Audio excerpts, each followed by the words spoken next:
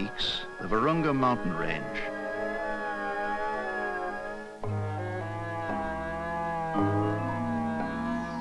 High in the Virungas, the fantastic shapes of an ancient rainforest burst from the rich volcanic soil.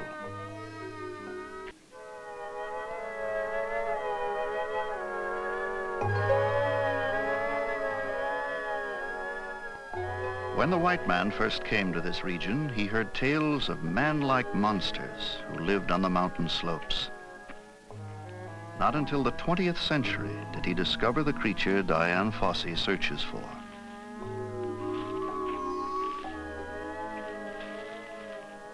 When she began, the mountain gorilla's natural habits were still little known.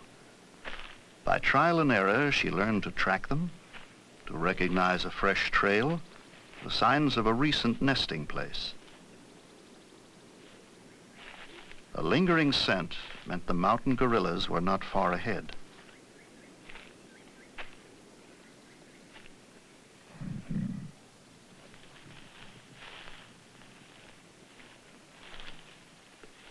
The first time I saw gorillas, I was about 150 feet away from them and across a small ravine. And they took one look at me and fled. Gorillas had only known human beings as either poachers or cattle people, and it was understandable why their immediate reaction to me was one of fear and apprehension.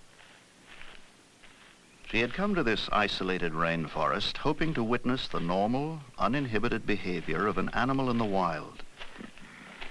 But the gorilla's behavior was altered and changed by the presence of a determined woman who would follow them relentlessly.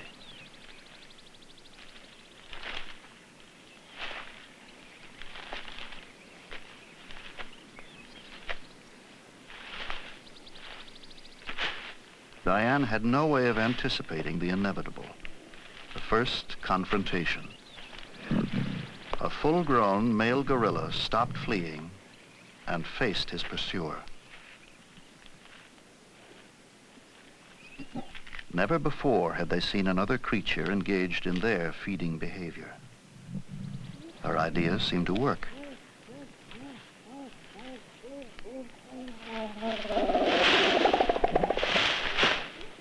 Even a threat was seen as progress. At least they were holding their ground, and she believed their threats were only bluff.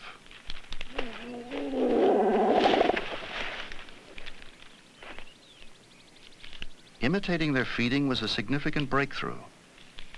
For Dian, it was only a beginning.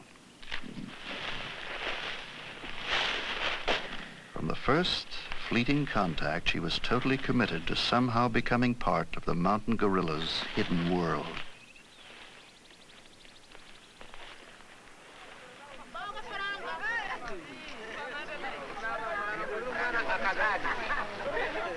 South of the Virunga Mountains, on the shore of Lake Kivu, lies the small settlement of Gisenyi.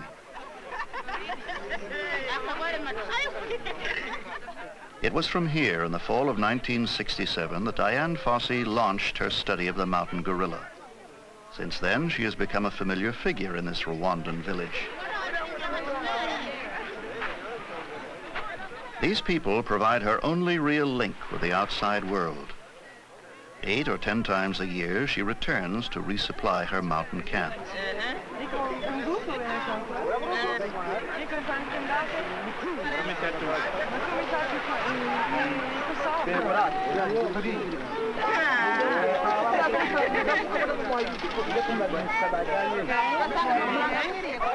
With funds from the National Geographic Society and the Leakey Foundation, Dian buys supplies and carries on her work.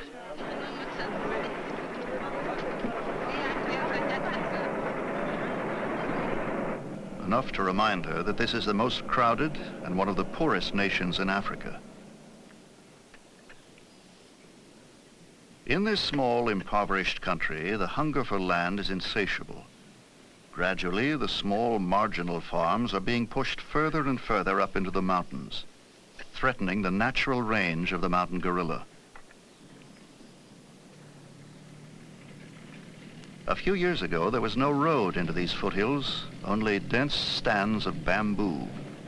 Here, Dian frequently sighted guerrilla groups. Now they've been pushed far up into the mountains.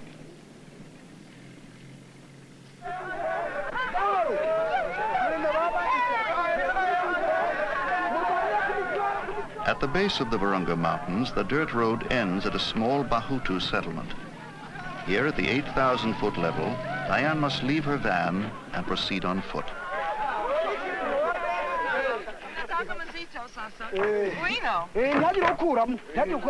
Eager for a day's pay, the villagers will carry as much as 60 pounds a person. And Dian's camp lies 2,000 feet up the steep slopes of Mount Visoki.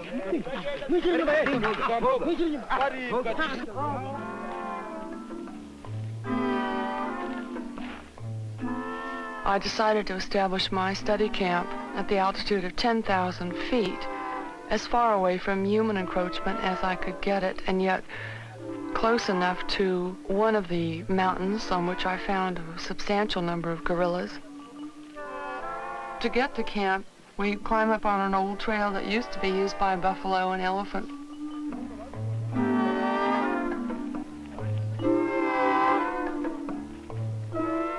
The Virunga rainforest, drenched in more than 60 inches of rain a year, is a lush haven for wildlife, an inhospitable environment for man.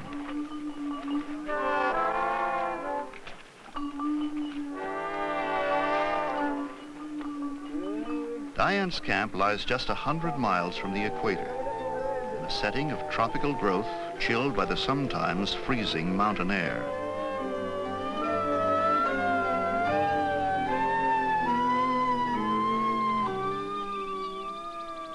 For years, this has been the world of Dian Fossey.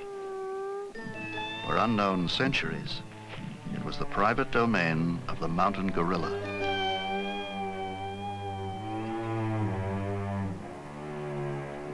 For a full year, Dian observed little of gorilla behavior but their retreat.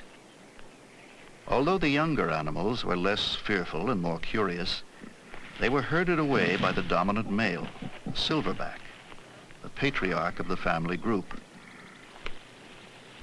Dian's objective still eluded her: to infiltrate the gorilla's world and observe his behavior without altering it.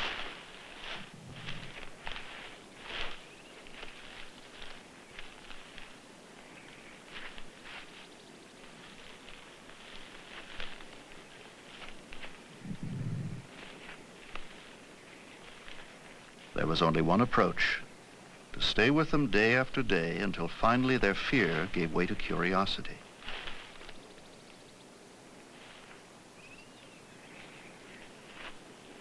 I had a tremendous sense of curiosity about the animals. I wanted to know all there was to be known about them, and happily I was rewarded by the same curiosity from the animals, so that my approach to them was eventually rewarded by approaches on the part of themselves.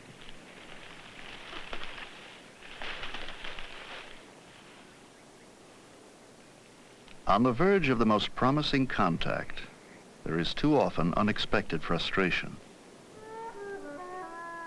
More than half of the time, Mount Visoki is shrouded in rain or mist. Regularly, fog halts the day's observations. She felt less at ease with people than with animals. I've never really felt lonely or isolated in my mountain camp, though there were times that I desperately wanted to share my experiences and thoughts with other people. And this was especially true during the days when the gorillas first started slowly to accept my presence.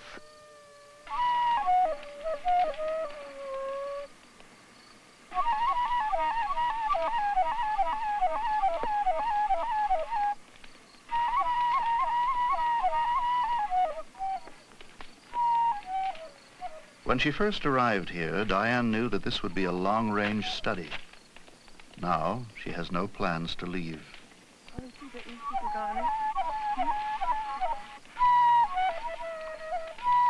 Dian Fossey has chosen an unconventional existence. She has given up the simple comforts most people take for granted. To her, one thing is important: In the ancient Virunga rainforest, the largest primate on Earth has lived till now an unknown life. At long last, the mountain gorilla's sanctuary stands open to one human being.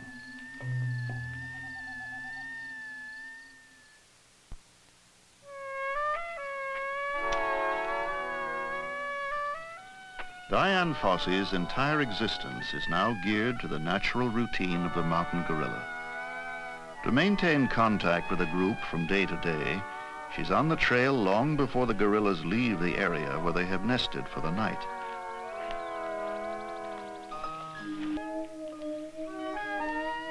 Now she is able to record individual and sometimes puzzling behavior.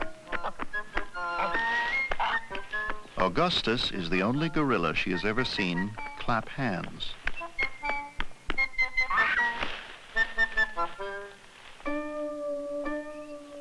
Each has his own unique behavior and personality, but all, even huge, fully grown males, are shy and gentle creatures.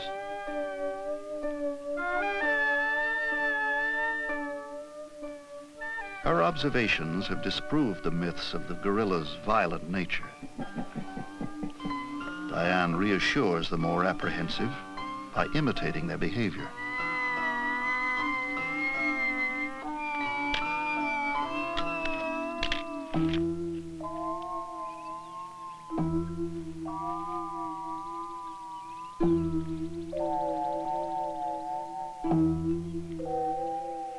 He may be over 6 feet tall, weigh up to 400 pounds, but he can be frightened by the slightest move.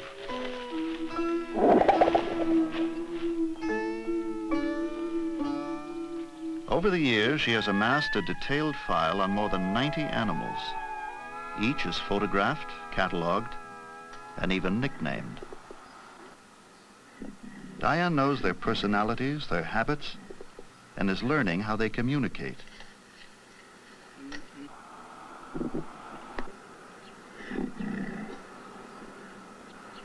She has identified 17 vocal sounds and can reassure the wild gorilla by imitating his primitive language.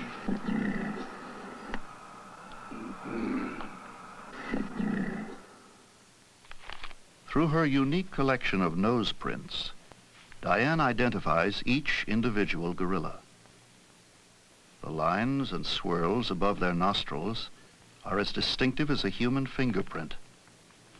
For reference, each animal is named. Uncle Bert is head of the family Dian calls Group 4. One of several family groups on Mount Visoki, they were the first to accept her and now seem totally unafraid. A young adult male, Digit, is the friendliest of all. There are usually 4 adult females of differing ages in a gorilla family, and some half a dozen infants and juveniles. From Group 4's varied individuals, Dian has gleaned something about the gorilla's social structure and their life cycle. Their personalities and dispositions range from cantankerous old goat to Tiger, 4 years old, the family character. Uncle Bert, his silverback, a badge of his authority, is undisputed leader of the group in their leisurely day-long quest for food.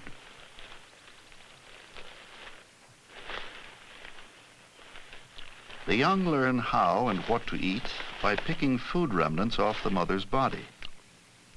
Never has Dian seen a mother feed her youngster vegetation.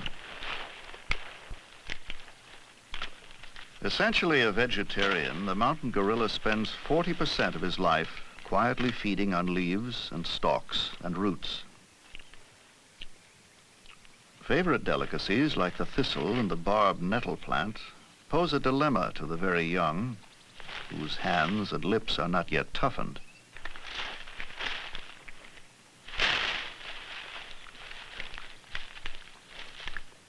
Over the centuries, the gorilla has evolved crushing jaws for stripping trees of bark and eating wood.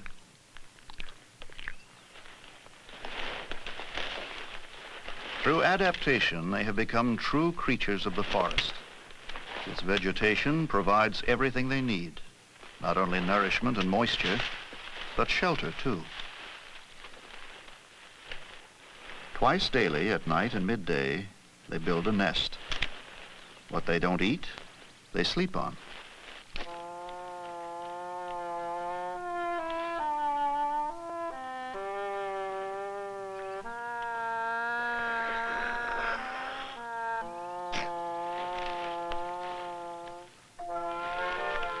One function of the nest, Dian theorizes, may be reassurance. By breaking down the foliage, they can see each other while they rest.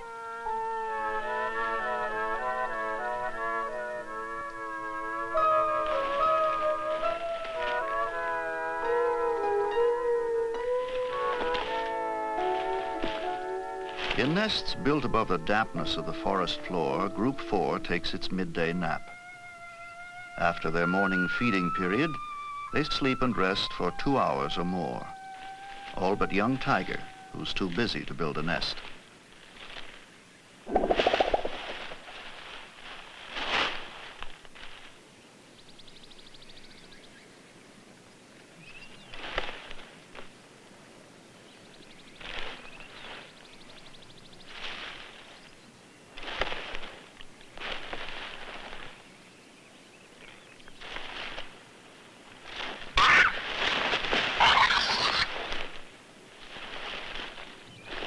Between Uncle Bert, who is more than 20 years old, and Tiger, who is still a juvenile, there is a generation gap. For Tiger, every rest hour is just an opportunity to play. Augustus answers Tiger's challenge. The very young, Dian has found, spend a good 50% of every day in rough and rugged play.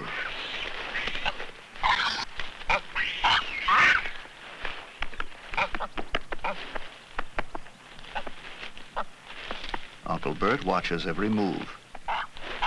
Tiger seems to get the message and tries to get away. But Augustus is oblivious.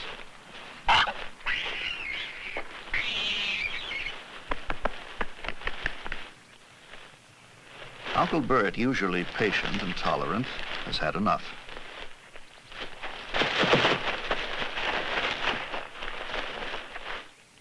For one brief moment, Digit, the maturing blackback, feels the lure of power and invades Uncle Bert's nest. It was this 7-year-old animal who, more than any other, has revealed the mountain gorilla's world to Dian.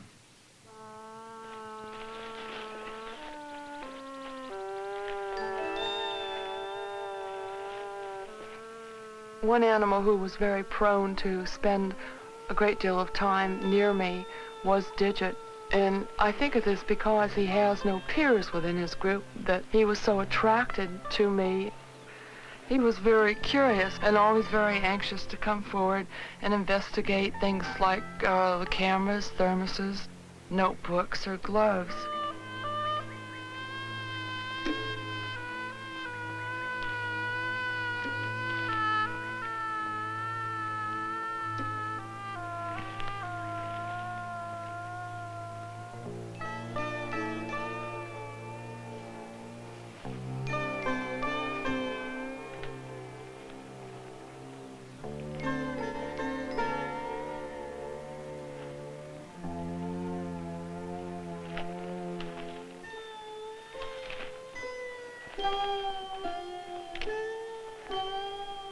In the past, we have brought these animals into our world caged for zoos and circuses.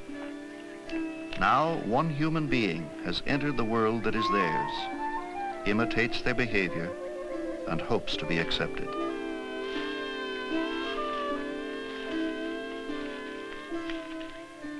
The more she lives with these gorillas, the more she realizes just how gentle they really are.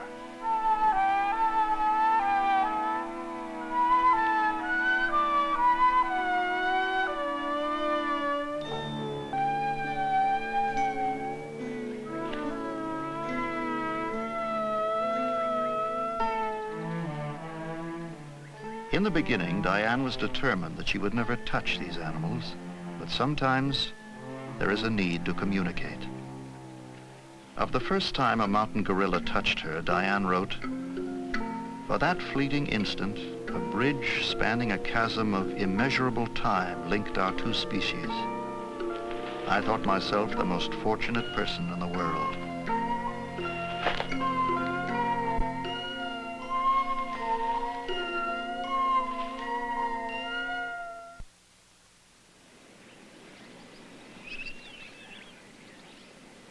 Out of the solitude of an African rainforest, a mission that began in obscurity has given rise to an established outpost of science.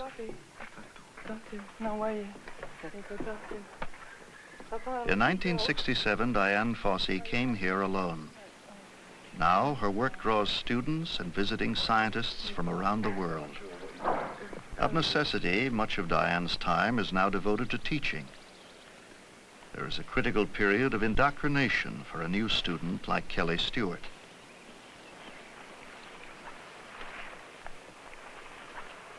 Over the months, the students will know meaningful and Now he's moving slowly. Uncle Bert. Obviously they know we're not eating, but it's a noise they're familiar with. Dian passes on a legacy of understanding only she possesses.